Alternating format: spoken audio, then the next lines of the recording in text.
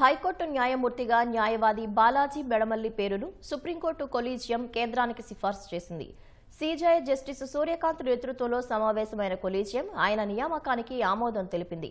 37 మంది న్యాయమూర్తుల పోస్టులు మంజూరైన ఏపీ హైకోర్టులో ప్రస్తుతం 32 మంది ఉండగా బాలాజీ పేరును కేంద్రం ఆమోదిస్తే ఆ సంఖ్య 33కు చేరుతుంది.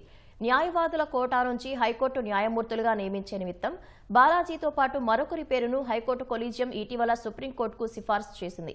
కడప జిల్లా శేషన్నగారిపల్లిలో మెడమల్లి బాలాజీ వ్యవసాయ కుటుంబంలో జన్మించారు.